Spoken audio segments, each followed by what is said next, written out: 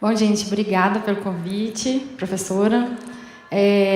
Como a professora já adiantou para vocês, meu nome é Ana Carolina Malaquias, eu sou aluna do doutorado aqui da Escola de Música e rejo a Orquestra Sinfônica Cachoeira Grande, que é a orquestra que vai fazer para vocês o concerto do Viva Música daqui a pouco. A minha ideia para vocês era trazer um pouco sobre as pesquisas em bandas de música, em grupos da área cultural. Muitas das coisas que eu vou falar se aplica também a grupos como Congado, Folia, grupos de carnaval, ou outros grupos que vocês queiram pesquisar nessa linha de música e cultura, né? Do estudo da música, de por que ela é feita dessa forma, considerando a sociedade, as pessoas e os indivíduos que fazem a música para ela ser dessa forma. Então, vocês podem perguntar o que vocês quiserem e podem também transpor essas coisas para outros grupos. Falando um pouco da minha trajetória para vocês entenderem como eu vim parar aqui e como eu vim parar nesse grupo. Falando rapidamente, eu comecei a tocar saxofone na banda Cachoeira Grande, chama Corporação Musical Cachoeira Grande. É uma banda de música que hoje tem 106 anos, da cidade de Pedro Leopoldo, é uma cidade da região metropolitana aqui de BH. Eu sou de lá, moro lá ainda. Então eu comecei tocando saxofone na banda civil. O meu primeiro curso, a minha primeira graduação foi bacharelado em saxofone. Eu fui aluna do professor Dilson Florencio aqui na escola. Fui para esse lado do saxofone erudito. E sempre gostei de reger e fui contramestre na banda, que são os regentes assistentes das bandas civis, que também me lançou essa semente de ser regente, de fazer eventos e fazer as tocatas que eram características da banda. Então, minha segunda graduação foi uma graduação em regência. Vocês podem ver que a corporação influenciou muitíssimo na minha vida profissional e vem influenciando ainda para a gente chegar onde a gente está e onde eu estou também. E quando eu fui fazer eu quis fazer minha pós-graduação, né, o mestrado, eu tive um professor que está aqui presente que me alertou para a importância do grupo que eu tinha e que para mim era tão corriqueiro que eu não me dava conta da riqueza que é o estudo das bandas de música. Então, assim, às vezes a gente está inserido num grupo, a gente não se dá conta do valor cultural. Eu me dava conta do valor cultural que ele tinha, né? Porque senão ele não estaria vivo, ininterrupto há tantos anos, né? Mas não enquanto pesquisa científica. Eu não tinha muito contato com pesquisas nessa área, por despreparo meu, mas eu realmente não tinha muito contato. Então, essa foi a minha trajetória dentro da Corporação Musical Cachoeira Grande, como saxofonista, regente, pesquisadora. E em 2013 houve uma proposta para a gente fundar a nossa orquestra. Eu dava aula numa orquestra jovem aqui de BH. Eles vieram na minha formatura de regência e propuseram de nós montarmos nosso grupo com a nossa cara, com o nosso repertório, com o que a gente realmente gosta de tocar e de ouvir. Então, desde o princípio, a proposta do grupo foi ter esse diferencial e, principalmente, trazer a questão social do fazer musical em conjunto, talvez ainda mais sobreposta à questão musical propriamente dita. Então, quando vocês forem assistir o concerto, né, quem ficar, vocês vão ver que tem instrumento de banda, bombardino, saxofone, que é instrumento tradicionalmente de banda. E aí, nessa ocasião, a gente colocou as cordas de orquestras, violoncelos, violas, violinos, contrabaixos. E eu não quis excluir ninguém quando a gente colocou. Então, hoje em dia, nós temos, por exemplo, não tenho as contas exatas, mas 38 instrumentos de sopro e 30 cordas. Então, ao todo, nós somos 73 pessoas para o concerto hoje com vocês. Enfim, mais para o final eu vou contar um pouco da ideia do concerto e do que é a proposição, tá? Voltando um pouco a falar da questão da pesquisa, eu trouxe para vocês um pouco da questão dos benefícios e dos malefícios de se pesquisar um grupo que você faz parte dele. Isso vale para tudo, tem muitos benefícios. Mas tem também essa questão de uma coisa que era tão familiar para mim. Eu estou na banda hoje há 20 anos e é muito familiar para mim algumas coisas. E eu precisava da minha orientação, ou de conversar com os professores, ou de conversar com colegas para me atentar e falar assim, nossa, mas isso é muito interessante. E eu ter esse despertamento em mim, de falar, é mesmo, é muito interessante. E eu não me dava conta disso, sabe? Então, esse, para mim, é o ponto mais complicado de você ser insider do que você pesquisa. Então, é um pouco complicado. Por essa questão do distanciamento do familiar. Agora, os benefícios são muito grandes, porque a gente tem, eu no meu caso, tive abertura dos músicos e das pessoas que compõem o grupo para fazer a minha pesquisa. Então, por exemplo, durante o processo de análise do repertório, da organização arquivística, eu não conseguia fazer sozinha, porque era um acervo que estava há 106 anos sem ser arrumado, e tinha partitura jogada. Se alguém já teve a oportunidade de trabalhar com acervo, sabe que nem sempre ele é o ideal para a gente pesquisar, ele não está pronto para a gente pesquisar. A gente tem que fazer um papel de pessoa que mexe com essa questão da manutenção do material, da organização, e isso não seria função nossa, entre aspas, porque também tem muitas pesquisas que divergem desse ponto, mas enfim. Então, eu demorei muito tempo para organizar o acervo. E, na época, eu levei a pesquisa para os músicos da corporação e eles montaram, o Reinaldo estava, ele é da corporação, eles montaram comissões para me ajudar a organizar o acervo. Então, a gente passou muitas tardes juntos, organizando partitura, colocando tudo para depois eu fazer a análise do repertório, para depois eu ter as respostas que eu buscava na minha pesquisa. Então, essa questão da abertura e receptividade, da participação dos músicos no processo de pesquisa, foi muito importante, e esse é um dos pontos que eu falei, né? Eu fiz uma sessão de análise iconográfica na minha pesquisa, que também foi fundamental a participação deles, porque eu tenho músicos que estão na banda há 50 anos, 60 anos, e eles me deram informações, entrevistas, fotografias pessoais, que não eram fotografias do grupo. Então, sem dúvida, tem todos esses benefícios da gente se pesquisar num grupo que você faz parte, tá? E abertura e receptividade é porque nem sempre, às vezes a gente entra na pós-graduação ou quer fazer um projeto de pós-graduação e acha um grupo muito interessante, mas nem sempre você tem abertura para pesquisar aquele grupo. São inúmeros casos de pessoas que querem pesquisar um grupo que às vezes eles não estão inseridos nele, e o grupo se fecha, não quer ser pesquisado, ou acha que é de alguma forma uma apropriação do conteúdo que é deles, tem alguma resistência, né? Então, você pesquisar um grupo que você faz parte, provavelmente, como foi o meu caso, eles se sentiram super abertos e super felizes em ser pesquisados. E o objetivo central da minha pesquisa de mestrado foi a construção do percurso histórico musical dessa corporação. Não tinha nenhum trabalho que contasse a narrativa toda, o percurso histórico deles, ao longo desses 106 anos. Eles não são a banda mais velha da cidade, tem uma banda que tem 1 ano a mais que a gente, mas nós somos o grupo que manteve atividades ininterruptas durante esse tempo todo. Isso considerando todas as instituições locais. Então, a gente tem um apoio e como fala? Um carinho muito grande das pessoas da cidade por essa longevidade do grupo. Seguindo um pouco, para a construção do percurso, então, eu fiz uma construção polifônica. Eu falo que foi uma coxa de retalhos. Eu fui pegando elementos de diversos campos da pesquisa em música para poder construir, para poder entender como foi essa trajetória toda e o que nos fez chegar nos dias atuais da forma que a gente está. Uma das opções para quem quer estudar o percurso de um grupo musical é a análise documental, sem dúvida. É você ir mesmo a fundo nos acervos dos grupos, de alguma pessoa, se você for fazer por algum personagem específico. E tem que fazer análise documental, tem que olhar se a análise bate com as coisas que são relatadas nas entrevistas, como que funciona, a proveniência desse acervo também. No meu caso, uma das coisas que também ajudou para a construção do percurso foi o cenário atual, eu entender as dificuldades e as coisas que estão correndo bem no cenário atual e por que elas estão dessa forma. A narrativa oral foi uma forma de construir o percurso, que são as entrevistas, na parte da seção iconográfica da pesquisa, né, dessa análise das imagens que eu tinha, foi muito importante para mim a construção junto com os músicos.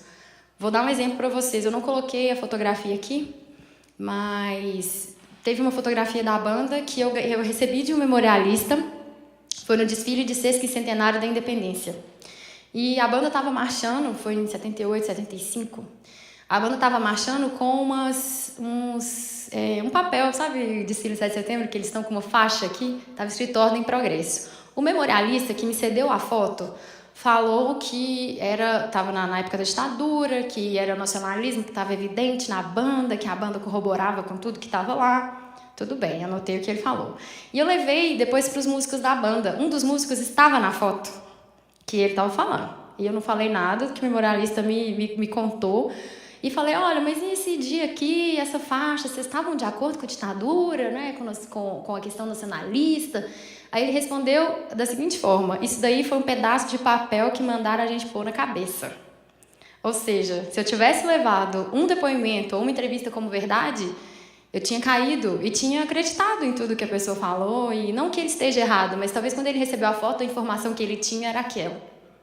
Então, a narrativa oral, em todos os âmbitos da minha pesquisa, né, na questão do repertório, na questão do cenário atual, na questão da iconografia, ela foi muito importante, porque eu contrapunha pesquisas em bandas, às vezes eu contrapunha, com a narrativa de quem estava na situação, com a pessoa que me cedeu a fotografia, que era detentora de uma informação, mas que talvez ele não estava lá na foto, então é uma informação secundária.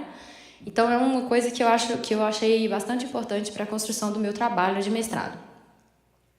Outros trabalhos sobre bandas, para a gente também poder contrapor o que é vertente, o que é tendência, o que é comum às bandas da região. Eu usei muitos trabalhos da região metropolitana, usei do professor Robson, da banda de Raposas, do Samuel, da banda de Betim, porque muita coisa, parece que as cidades não são, né, antigamente elas não eram tão interligadas quanto hoje, mas existem algumas coisas na prática de banda que realmente eram comuns às bandas da região e não era uma característica identitária do grupo que eu estava pesquisando. A iconografia, que eu já falei para vocês, que é a análise de algumas imagens, também foi muito importante. A análise de repertório foi muito interessante. Eu fiz a análise de repertório voltada para a atuação do regente. Então, lá na banda sempre foi assim, o regente é quem coloca a peça para a banda tocar, é quem escolhe. Então, isso é muito interessante, porque, por exemplo, o regente militar que a gente teve no período militar, por coincidência, eu fui fazer um gráfico uma análise quantitativa de gêneros que ele colocou, e era assim, dobrado, marcha, 90%.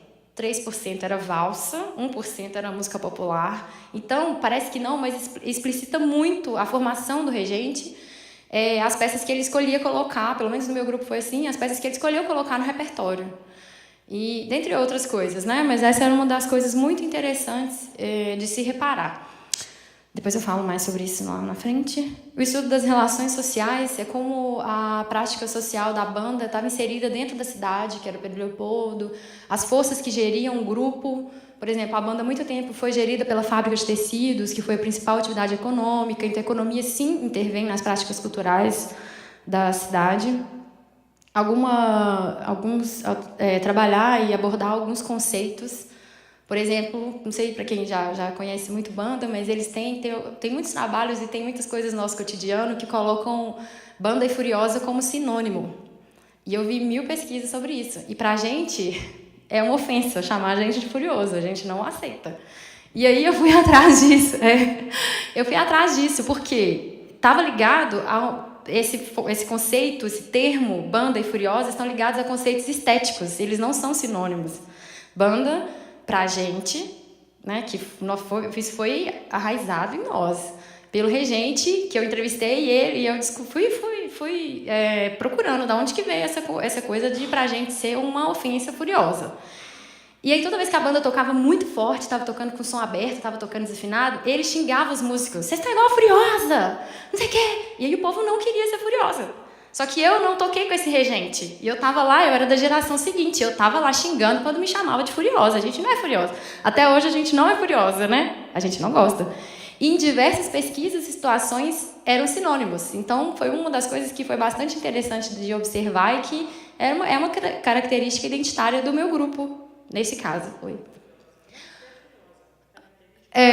Furiosa é um apelido carinhoso, que diz que é carinhoso, mas não é carinhoso, que eles dão para as bandas. Então, às vezes, chegava um jornalista e falava assim, agora com você está desfilando a Furiosa. Em muitas pesquisas e cidades, é sinônimo. E aí, quando o jornalista chegava para a gente e falava assim, e aí, você é da Furiosa, você desfilou 7 de setembro, a gente falava assim, não, a gente é da corporação, não sei o quê, não sei o quê. Lá em Raposas é Furiosa? Fala mal, tá vendo? Então, algumas têm sentido pejorativo, outras gostam muito.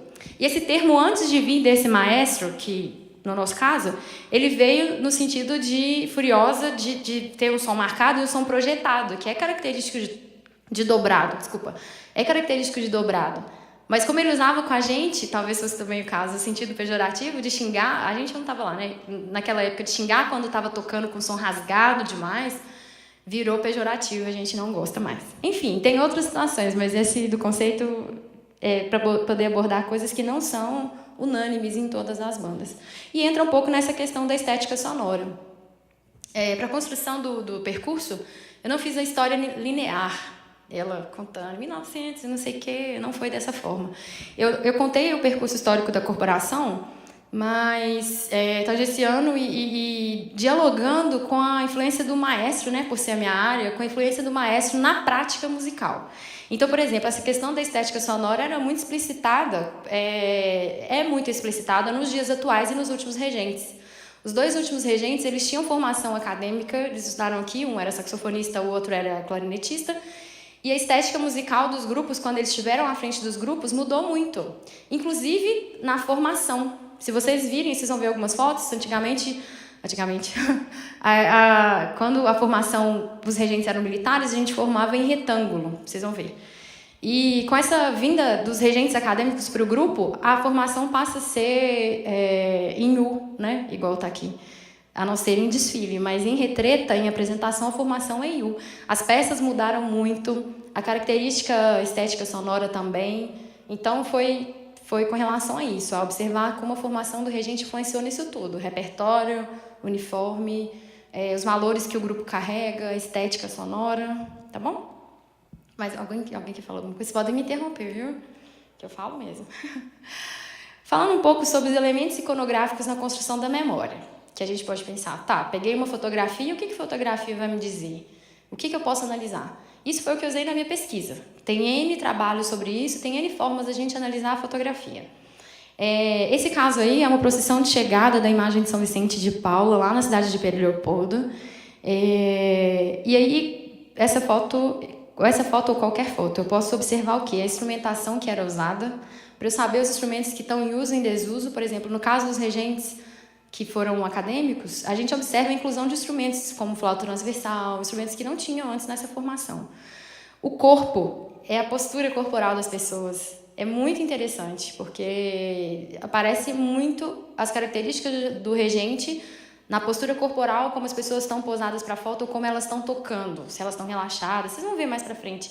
Tem foto aqui que eles não estão com um fiozinho de cabelo levantado, porque não pode, tá? Impecável, entendeu? É característica do regente e acaba que fica arraigado no grupo. O perfil dos músicos, a questão de ter mulher ou não, a questão de ter criança, por que foi feita a abertura daquela forma. E a partir de quando, por exemplo, teve mulher na banda, eu consegui ver através da análise iconográfica e contrapor com as outras coisas que eu já tinha falado, mas é uma forma de ver.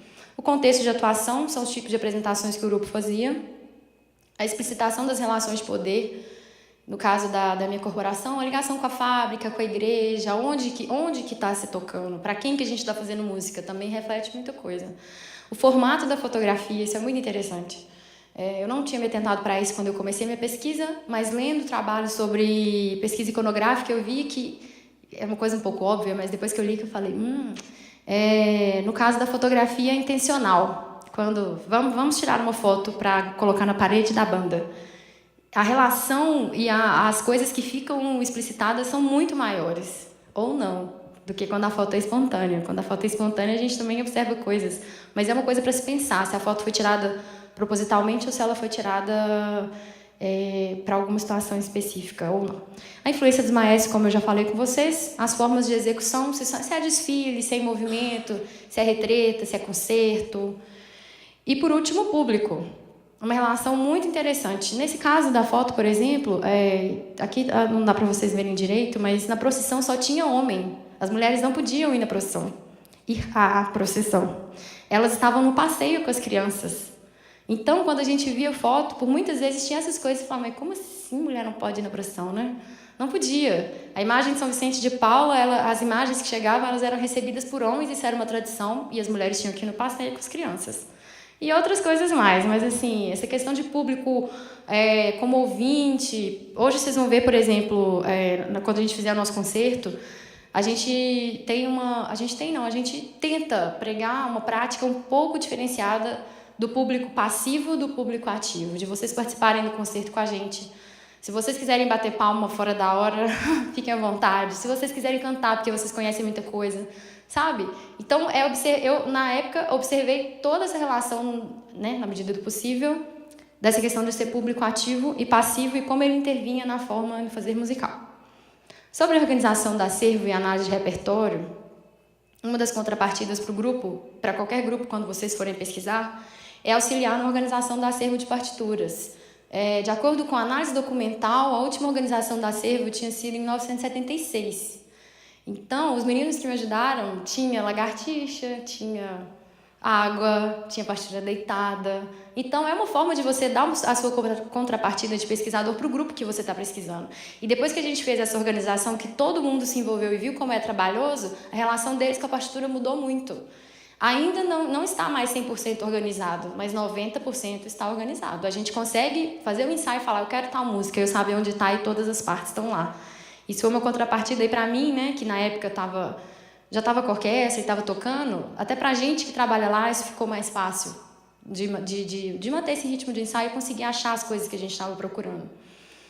O mapeamento do repertório em cada período, foi isso que eu falei com vocês, de ter separado o repertório por regente, e como a regência e a atuação do maestro era o que estava em voga durante todo o percurso do trabalho, foi bastante importante para eu visualizar as estéticas e as coisas que os maestros queriam colocar no grupo. A compreensão da prática associada a outras sessões da pesquisa é contrapor o repertório com a análise iconográfica, com a questão do uniforme, com a questão da estética. A análise quantitativa do repertório são os gráficos que eu comentei com vocês. E uma coisa muito interessante, os principais compositores, copistas e arranjadores. Eu me dei conta, apesar de estar no grupo há 20 anos, eu me dei conta de que tem composições, muitas composições que são feitas para o grupo específico. Eu não consegui estudar na minha pesquisa de mestrado, né, porque ela tinha só 2 anos, mas eu acredito também que essas composições que são feitas para esse grupo em questão, que elas também refletem muitas coisas que foram estudadas e outras coisas que não foram.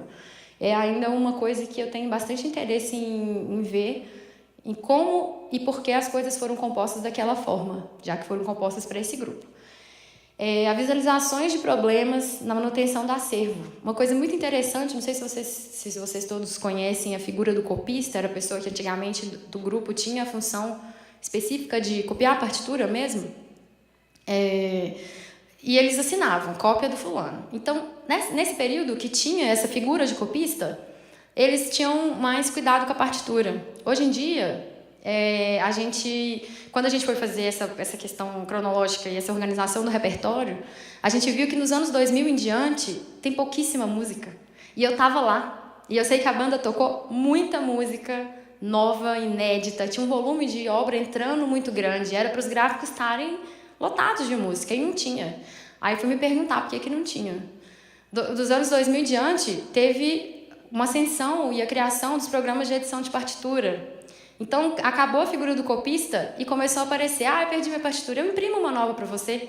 As pessoas não têm mais o cuidado que eles tinham antes de arquivar, de deixar guardado.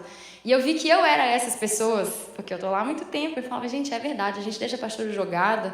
Só que isso para a pesquisa foi muito ruim, porque deu uma lacuna muito grande no processo de análise que eu estava vindo fazendo. Eu sei as coisas porque eu estava lá, mas se eu não estivesse no grupo, como que eu ia ver e analisar a prática se eu tive uma lacuna grande no acervo?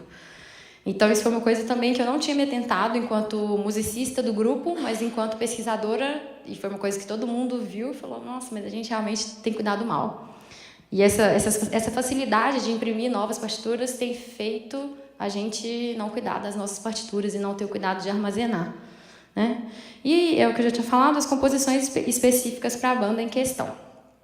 Com relação ao estudo mesmo do repertório, a debruçar sobre a partitura, a gente consegue perceber a inclusão e o desuso dos instrumentos. O que a gente pode fazer? A gente pode contrapor com as respostas que são encontradas na análise iconográfica. Então, realmente, aqui foi a primeira vez que o saxhorn saiu, não tem mais saxhorn, e tem as datas nas partituras.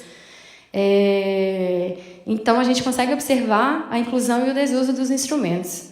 A gente consegue observar também a relação com a igreja e o Estado, a formação, o gênero ou o nome das peças.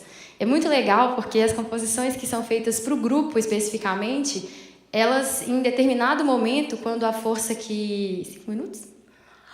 Quando a força que era tangente sobre o grupo, vinha uma leva de música com o nome do prefeito, o nome do diretor da fábrica. E isso também foi muito interessante de observar. Vou dar uma corrida, tá? Porque faltam 5 minutos. As composições inéditas, o diálogo com a metodologia de trabalho dos maestros, a formação e concepção estética. Nos anos 2000 em diante, que começaram a vir os regentes que eram acadêmicos, a gente começa a ter inclusão de peça para a banda sinfônica, de ter uma instrumentação, de ter transcrição do repertório erudito para a banda. Então, a característica do repertório também mudou bastante. As formas de utilização no repertório, se é retreta, desfile, onde que é tocada cada coisa. A gente faz isso analisando também alguns programas de concerto que estavam guardados lá. E essas lacunas na manutenção do acervo, que eu já comentei com vocês. Sobre as composições específicas para o grupo, a gente consegue perceber, agora eu vou pegar esse recorte no meu acervo e vou analisar só as obras que foram compostas para o meu grupo. O que elas podem me dar de resposta? Como eu falei com vocês, foi feito um estudo superficial sobre isso, porque eu queria me debruçar mesmo sobre as partituras, não foi possível, mas a gente já conseguiu mapear alguns detalhes e algumas coisas que a gente consegue estudar com base nessas composições próprias. Os gêneros, os estilos, a instrumentação, como eu já falei, o estudo das relações sociais, a demanda, a influência e circunstâncias das composições. É o que eu falei, a relação de poder explicitada na forma e por que as músicas eram compostas e para quem, principalmente, se era encomenda ou não. Análise de repertório, são os estilos, as tendências, a estrutura formal. Isso reflete muito a questão da sociedade naquele período e isso vai acabar culminando na orquestra, que vocês vão entender por quê, e é também uma forma que... uma coisa que fica bem evidente. A gente entra um pouco na questão da arqueologia musical, sobre os processos de conservação e organização. É o que eu falei, os acervos, em sua maioria, estão longe de ser o ideal para a gente ser pesquisado, e é a gente que tem que zelar por eles. Então, a gente começa já a se atentar, a partitura está jogada, vamos guardar deitado para não amassar e da orelha, não pode guardar em pé, se a pasta está adequada, e essas coisas todas que seria de um arqueologista e não de um musicólogo. Mas a gente tem que fazer esse trabalho para conseguir fazer essa análise. E outros trabalhos sobre bandas, um recorte histórico e geográfico. É o que eu falei sobre a banda do Robson, sobre a banda de Betim, para a gente ver o que é característica identitária do nosso grupo, que está refletido na composição, e o que que é tendência social. Tá? E falando um pouco sobre o grupo em questão, que o meu tempo está acabando, essas são algumas fotos da Corporação Musical Cachoeira Grande. A corporação surgiu em 1912, na cidade de Pedro Leopoldo, como eu falei com vocês. A cidade não era cidade ainda, nem era vila. Tinha uma fazenda e um Antônio... Esqueci agora, gente. Comendador Antônio Alves. Antônio Alves foi visitar essa fazenda e ele viu um grande potencial hidráulico para montar uma fábrica de tecidos. Então, ele resolveu mudar para a cidade e montar essa fábrica de tecidos. Mas as questões de transporte e outras questões dificultavam muito das pessoas, da mão de obra, querer mudar para a cidade. Então, o recurso que ele arrumou, quando ele instalou a fábrica na cidade em 1895, ele foi trazendo grupos de entretenimento, atividades para os trabalhadores no período que eles estavam livres, para eles quererem ir e falar, dá para eu instalar com a minha família lá na cidade de Pedro Leopoldo. E a banda foi uma delas. Então, em 1912, a banda foi criada pela Fábrica de Tecidos. A minha dissertação chama do apito da fábrica aos sons da orquestra, percurso histórico musical da Corporação Musical Cachoeira Grande, que o apito da fábrica, quando os funcionários saíam do serviço, era a hora que eles iam para o ensaio da banda. E aos sons da orquestra para refletir os dias atuais, como a gente está e esse percurso todo. Então, eu não vou contar muito do trajeto inteiro para a gente entrar na orquestra, quem quiser ler o meu trabalho. E, ao longo desses anos todos, a Fábrica de Tecidos foi uma força que geriu bastante o grupo e que teve refletido nas composições, como eu falei, de presidentes, diretores, etc. Depois, a banda passou a ser mantida pela prefeitura e, atualmente, nós somos ainda mantidos pela prefeitura. Aqui são algumas fotos. Esse é o primeiro registro iconográfico que se tem da banda, de 1924. Olha a foto que eu falei com vocês. A foto foi intencional. É impecável. Né? E em frente à fábrica de tecidos, num período que a fábrica ainda geria a corporação e era responsável pela manutenção da corporação. Vou pular essa parte, porque já acabou o horário. Mas uma das coisas, o capítulo 4 do meu trabalho foi sobre os prós e os contras, né? Que a gente chegou na orquestra, tá, e agora? A gente vai acabar com a banda, vai fazer a orquestra, vai acabar com a orquestra, vai fazer a banda. Eram os prós e os contras, e isso, todos os grupos, o Robson também narrou muito na pesquisa dele, o trabalho de Samuel sobre a banda de Betim. Isso é uma coisa que está bastante em voga nas pesquisas sobre bandas, que é a manutenção dos grupos atualmente. As bandas concorrem com uma grande gama de possibilidades de orquestras, de grupos musicais, de formas de entretenimento, e para elas se manterem vivas, realmente é um sacrifício grande e demanda muita força, né? Então, é isso, tá? Era a questão da tradição versus a modernização, os prós e os contras, e eu vou contar para vocês um pouco sobre a orquestra. Atualmente, a Corporação Musical Cachoeira Grande, então, é composta por 3 núcleos. Ela tem a escola de música, que é gratuita, só para as pessoas que quiserem entrar nos 2 grupos. Nós temos a banda civil, que é a Corporação Musical Cachoeira Grande, que a gente tinha comentado, que faz os desfiles, as retretas, 7 de setembro, que faz inaugurações, são os eventos bem ligados à tradição de banda. E nós temos a Orquestra Sinfônica Cachoeira Grande, que nada mais é do que todo mundo da banda, todo mundo que quiser, não todo mundo, as pessoas que quiserem da banda, acrescido de cordas. A ideia inicial era essa. Só que o projeto, em 2013, quando ele foi fundado, com essa ideia inicial, né, a gente foi abrindo o leque, sabe? E hoje a premissa do projeto é: vamos todos fazer música juntos, já que somos todos voluntários. Então, os arranjos são feitos especificamente para o grupo em questão. Eu faço os arranjos, o Marcelo, o Minal faz também. E essa facilidade da gente ser arranjador também, da gente conseguir fazer o nosso repertório, abre portas para muitas coisas e muitas formações. Então, vocês vão ver hoje no concerto que a gente tem, hoje, né, 5 anos depois, nós comemoramos nosso aniversário de 5 anos mês passado, a gente tem uma banda base, que é bateria, guitarra, teclado, o teclado hoje não veio, bateria, guitarra, baixo elétrico e violão, que não é característico de orquestra. Mas sempre que possível, a gente está fazendo arranjo, está adequando. E vocês vão ver que, hoje mesmo, em muitas peças do repertório, eles não tocam tudo, porque a gente também não quer descaracterizar a música orquestral e a música instrumental. A gente quer agregar, mas mantendo, na medida do possível, a qualidade e as coisas que são identitárias também da orquestra. E, do lado de cá, vocês vão ver as backing vocals, que a gente fez um show de pop e rock, e precisamos de backings, e elas nunca mais quiseram sair. Então, como a premissa do projeto não é ser excludente nunca, e a gente faz os arranjos, a gente tentou adequar, sim, muitas coisas do repertório que vocês vão ver hoje para a formação de banda, com a banda e com as backing vocals. Acabou meu tempo, acho, né? O concerto é um trechinho do nosso aniversário de 5 anos, que foi o mês passado. O concerto era bem extenso. Repertório de filmes, musicais e séries, que é um repertório que a gente gosta muito de tocar e de ouvir. Então, vocês provavelmente vão dar falta de grandes temas e músicas que são icônicas nesse repertório, mas realmente em função do tempo e do dia, da semana, a gente não conseguiu trazer o show todo. Duraria 2 horas. Tá? Então é isso. Espero que vocês tenham gostado. A minha pesquisa está disponível na banca de dissertações e teses da UFMG. Só digitar. Minha defesa foi em 2016. E agora, no meu doutorado, eu estou também continuando nessa área de pesquisa em banda. É um assunto que me fascina muito. E novos trabalhos virão. Muito obrigada.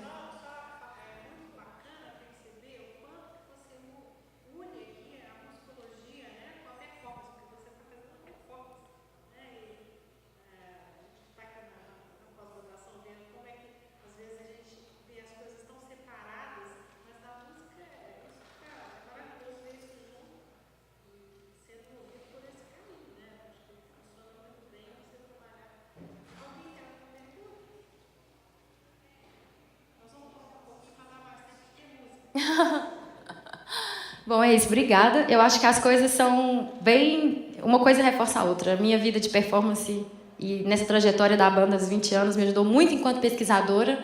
E a minha vida de pesquisadora me ajudou muito a mudar esse olhar sobre o grupo, sobre a orquestra. Então, as coisas realmente...